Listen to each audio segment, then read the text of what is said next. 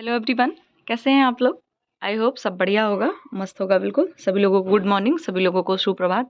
तो अभी जो लोग भी नहीं सोकर उठे हैं उठ जाइए, क्योंकि आज हम लोग फटाफट करने जा रहे हैं जो आपका एनटीए यूजीसी नेट का पेपर हुआ था 13 मार्च को 2023 में जो हुआ था। लेकिन ये कौन सा सेशन है आपका, एनटीए यूजीसी नेट का जो दिसंबर 2022 का एग्जाम था वो आपका 13 मार्च 2023 को कंडक्ट हुआ था। ठीक है, सेकेंड शिफ्ट में जिन्होंने भी होम साइंस का पेपर दिया होगा यूजीसी नेट का, उनको ये बात अच्छे तरीके से बिल्कुल पता होगी।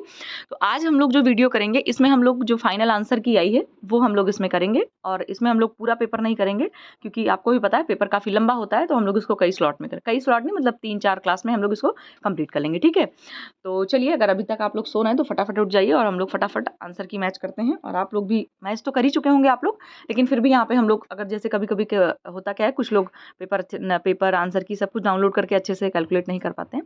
तो यहाँ पर आप अगर आपको अपना आंसर याद है तो वहाँ भी आप थोड़ा सा एक दिमाग थोड़ा सा देख सकते हैं कि कौन सा आपने वहाँ सही किया था।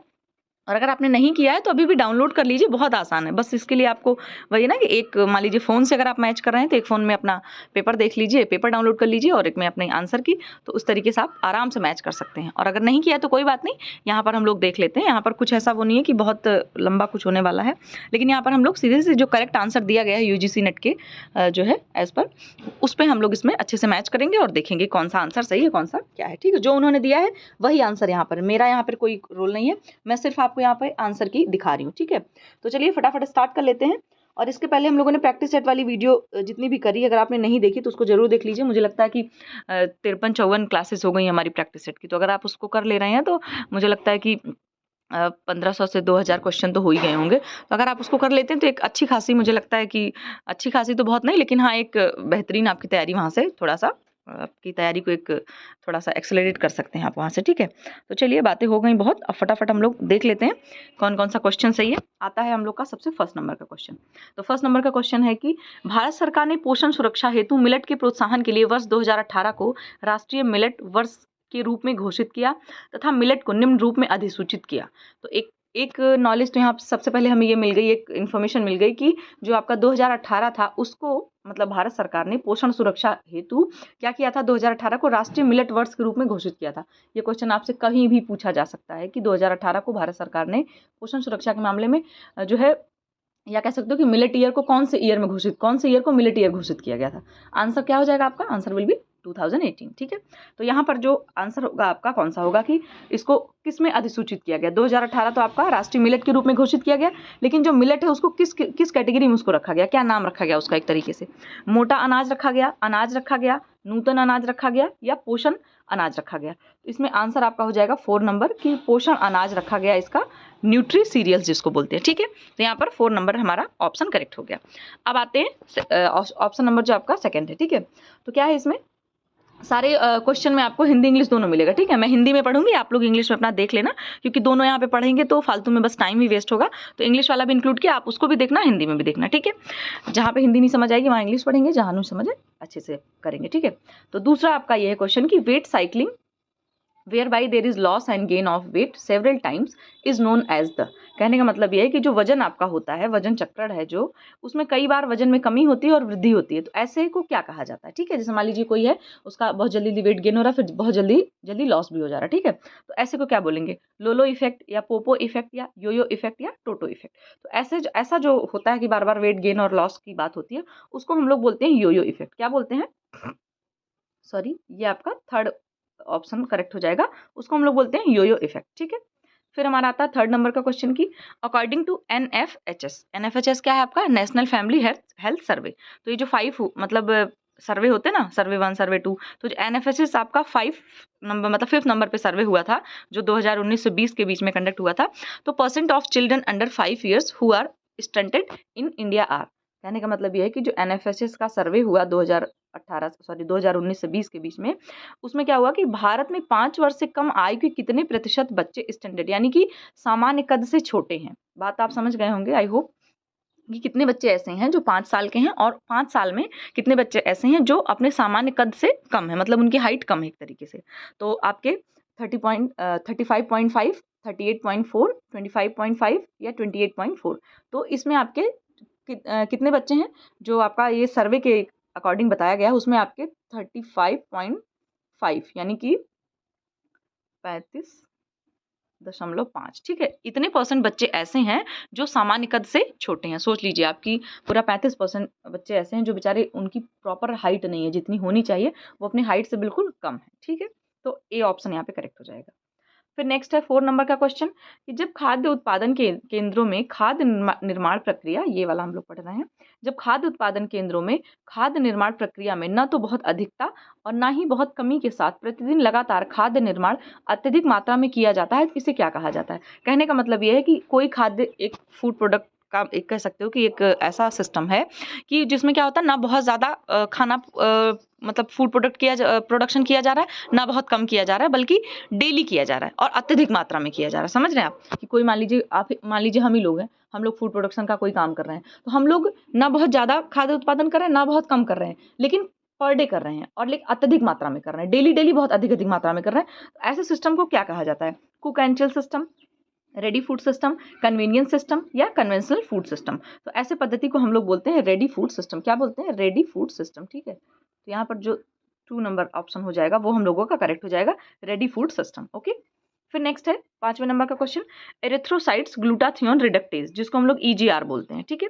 Activation test is the most accepted procedure for assessing the status of.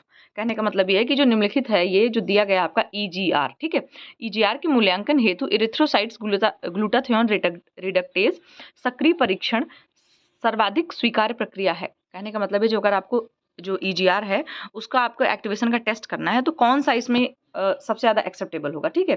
तो आपका थायमिन होगा, राइबोफ्लेविन होगा, नियासिन होगा, पायरोडॉक्सिन होगा। थियामिन आपका क्या है? विटामिन B1 है, राइबोफ्लेविन B2 है, नियासिन B3 है, पायरोडॉक्सिन B6 है। इसमें जो आपका ऑप्शन करेक्ट होगा वो होगा आपका राइबोफ्लेविन, यानी कि सेकंड नंबर का जो ऑप्शन है आपका वो करेक्ट होगा, यानी कि B2 is the right answer, ठीक है।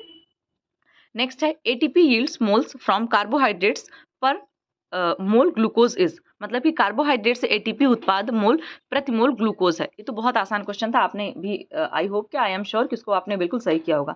तो कितना होगा इसमें? 18 होगा या आपका 28 मतलब 28 होगा या 38 होगा या 48 होगा।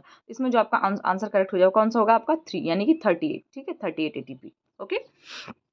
अब नेक्स्ट हमारा है कि 7 नंबर का क्वेश्चन है कि यदि एक वयस्क महिला का वजन 50 किलोग्राम और कद 150 सेंटीमीटर है तो उसकी BMI होगी। BMI का भी क्वेश्चन आपने कर लिया होगा, आई होप, क्या इसके लिए भी मैं श्योर ही कहूँगी आपकी। कहने का मतलब है अगर एक कोई महिला जिसका वजन कितना है 50 किलोग्राम है, उसकी हाइट कितनी है 150 सेंटीमीटर है, तो इसको आपको BMI निकाल के बताना होगा। तो इसमें जो आपका सही आंसर होगा वो आपका होगा 4 नंबर का, यानी कि 22.2 किलोग्राम पर मीटर स्क्वायर, ठीक है।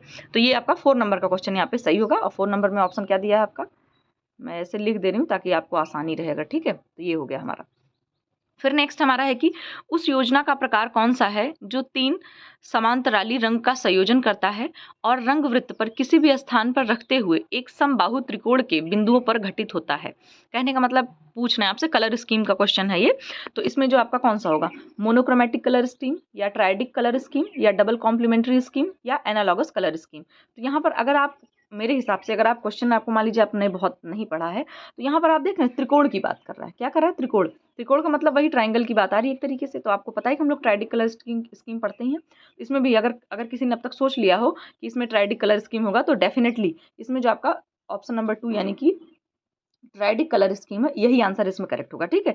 कभी कभी क्या होता है ना, जब आप अच्छे से पढ़े रहते हैं तो कुछ आपके कीवर्ड्स मिलते हैं, उसमें कुछ ना कुछ वर्ड्स अगर आपको याद रह गए तो उससे भी आपका क्वेश्चन आराम से सही हो सकता है। तो यहाँ पर भी हमारा ऑप्शन नंबर 2 करेक्ट हो जाएगा, ठीक है।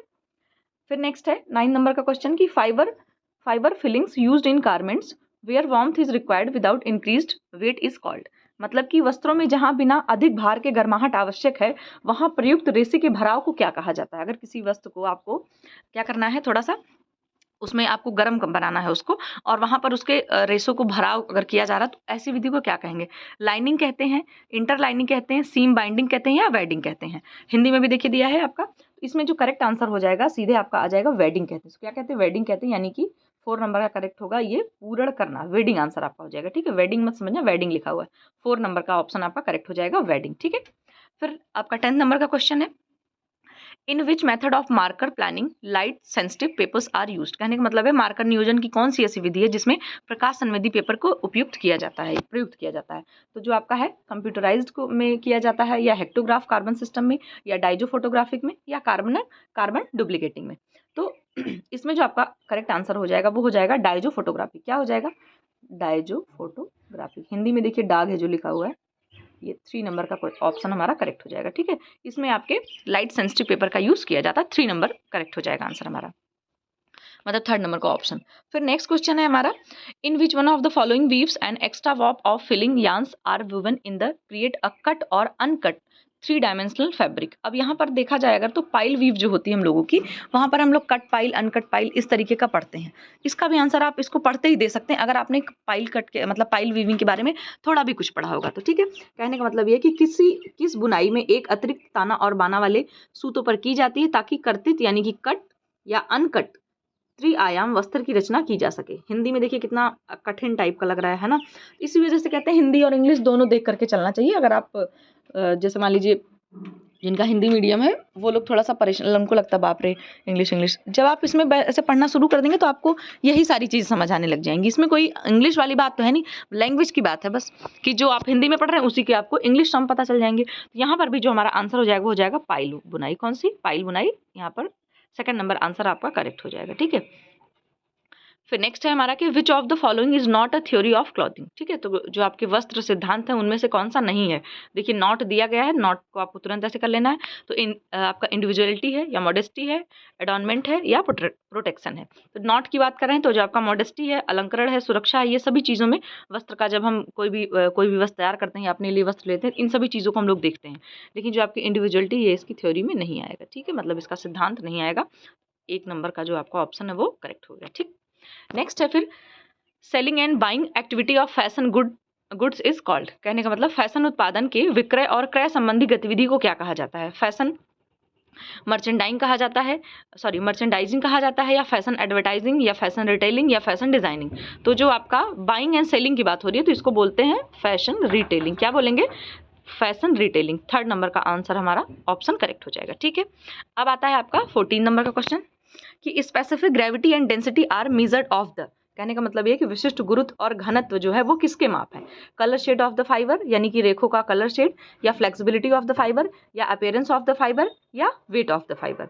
तो इसमें जो आपका आंसर करेक्ट होगा कि मतलब जो आपका specific gravity and density measure करी जाती है वो किसमें, उसको मेजर करके क्या देखा जाता है कि जो आपका रेशों का भार देखा जाता है इसका। ठीक है, रेशों का भार। 4 ऑप्शन करेक्ट हो जाएगी ये वाला आपका। अब आते हैं 15 नंबर के क्वेश्चन पे। The vertical part of the step that works as its support is. ये आपके जो स्टेयर्स हैं, है ना, पिछली बार आया था आपका क्वेश्चन ये सीढ़ियों का क्वेश्चन मैच करने के लिए कि सीढ़ी का कौन सा पार्ट कौन से उसका क्या नाम होता है। इस बार देखिए इन्होंने 1 वर्ड वाला दे दिया बिल्कुल। ठीक है, अगर आपने लास्ट ईयर का पढ़ा होगा वो क्वेश्चन तो आप इसको जरूर सही कर ले जाएंगे। देखिए लेकिन इसमें दिया गया सोपान। ठीक है, यही सब हो जाता है।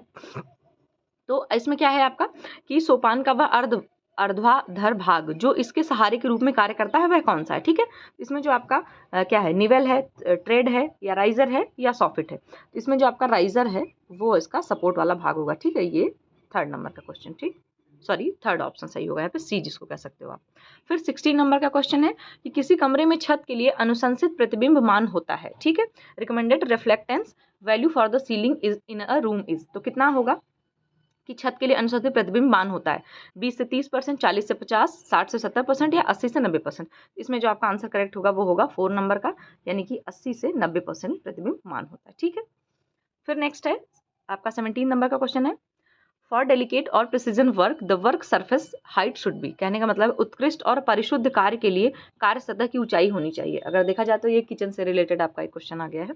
तो कहने का मतलब ये है कि अच्छा और परिशुद्ध कार्य करने के लिए कार्य सतह की जो वर्क सरफेस होता है आपका वो कितनी ऊंचाई होनी चाहिए। कोहनी की ऊंचाई पर होनी चाहिए, या कोहनी की ऊंचाई से 2 से 3 इंच ऊपर होनी चाहिए, या कोहनी की ऊंचाई से 2 से 3 इंच नीचे होनी चाहिए, या फिर एनी डिजायर्ड हाइट यानी कि किसी भी इच्छित ऊंचाई पर होनी चाहिए।